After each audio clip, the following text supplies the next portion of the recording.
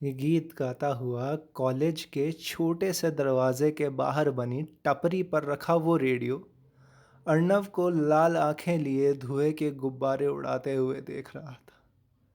हाँ, पिछले कुछ पेपरों की तरह आज का पेपर भी अर्नव का खराब ही गया था।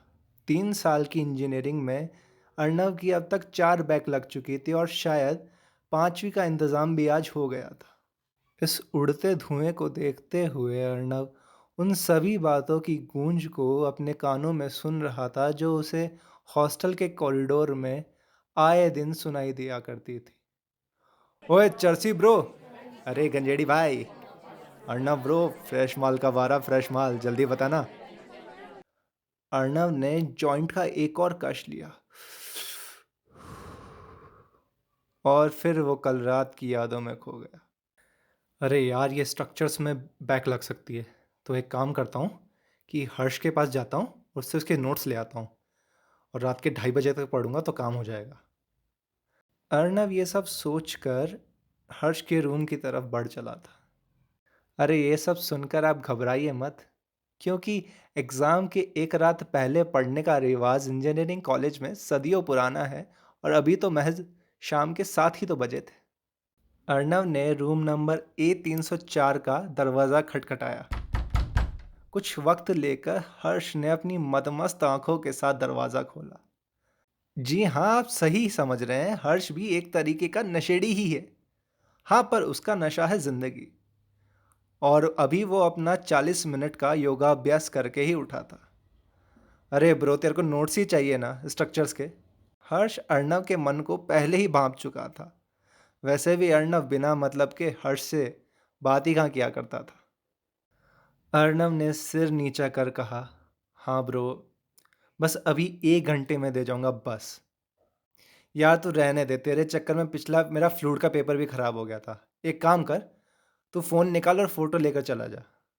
अर्नव नोट्स की फोटो लेकर हर्ष के रूम से थोड़ा आगे ही बढ़ा था कि हर्ष ने पीछे से एक आवाज लगा दी। ओए सुन अर्नव, आज मत फूकियो नहीं तो बैक लग जाएगी साले। यार अगर आज रात 2:30 बजे तक पढ़ूंगा ना तो आराम से कल पेपर निकल जाएगा। ये सोचता हुआ अर्नव अपने रूम पर आ चुका था, पर उसके रूम पर आतिफ पहले से ही बैठा था। अरे ब्रो, नया माल आया ब्रो, ट्राई करते हैं ना यार। अर्नव ने कुछ सोचकर बोला, यार पढ़ना है, समझना यार, बैक लग जाएगी। आतिफ उसकी बात बीच में ही काट कर बोला, अबे देख ना यार, नाटक मत कर ब्रो। अभी देख 7:30 हुए हैं, बस एक जॉइंट मारियो, ट्रिप 10 बजे तक मैक्स चलेगी, उसके बाद पढ़ लियो आराम से। 2:30 नहीं तो 4 बजे तक पढ़ लियो, वैसे भी 10 बजे का पेपर है, आराम से हो जाएगा। अर्नव ने आतिफ की बात टटोल कर देखी तो उसको लगा कि बात ठीक ठाक है। ठीक है, बस एक जॉइंट सिर्फ।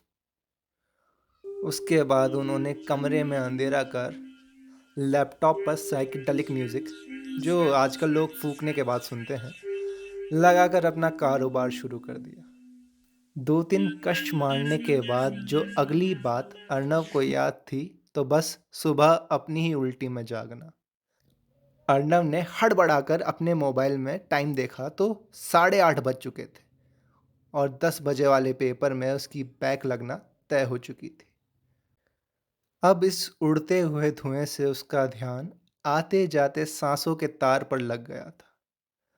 उसे न जाने क्यों हर्ष की वो बात रह रह कर याद आने लगी थी कि breath is the basis of life. If you are aware of it bro, then you are aware of life.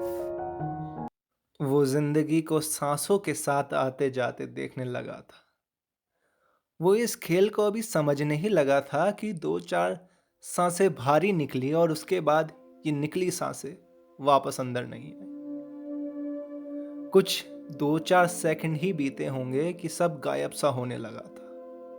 वो पापा से हुई अनबन जिसकी वजह से पहली बार गांजा उसने हाथ लगाया था, वो सुकून की चाह जो वो हर कश के साथ रखता था, वो लोगों के ताने, वो दर्द जो हर बैग के साथ वापस आ जाता था, वो गांजे की महक जो अभी कुछ देर तक उसके साथ थी, सब खत्म होने लगी थी। एक गहरा अंधेरा छाने लगा था।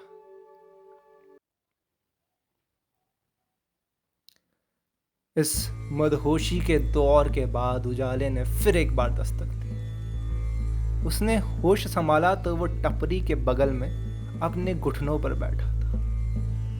वो टपरी पर रखा रेडियो और टपरी वाले भैया दोनों ही कुछ परेशान से दिख रहे थे, पर अर्नव अभी इस नई जिंदगी को महसूस कर रहा था जिसमें अभी अभी सूरज की धूप खिली थी। ए भैया, सब ठीक तो है ना? टपरी वाले भैया ने थोड़ा परेशान होकर पूछा। तो अर्नव ने धूल झाड़कर उठकर मुस्कुराकर जवाब दिया, अरे हाँ भैया, अब सब बिल्कुल ठीक हो गया। अर्नव उस जलते जॉइंट को जमीन पर छोड़ लाइब्रेरी की ओर बढ़ चला था। अरे भाई, कल के पेपर की तैयारी भी तो करनी थी। अर्नव के इस फैसले को टपरी पर रखा रेडियो अपना मनपसंद गीत गाकर समर्थन दे